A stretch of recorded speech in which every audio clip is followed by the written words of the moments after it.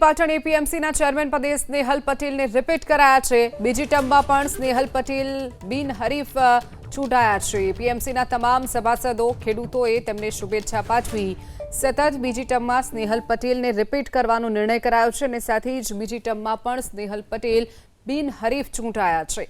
એપીએમસીના તમામ જે સભાસદો છે ખેડૂતો છે તેમણે તેમને શુભેચ્છા પાઠવી હતી।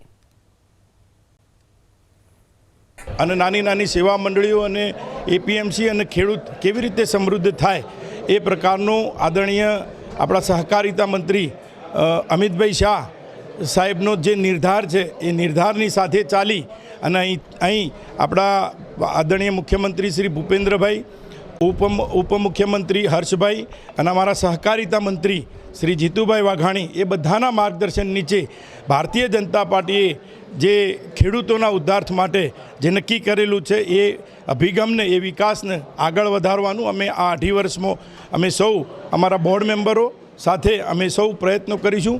આ સાથે હું મારા સૌ શુભેચ્છકોને પણ હૃદયપૂર્વક ખૂબ ખૂબ આભાર માનું છું।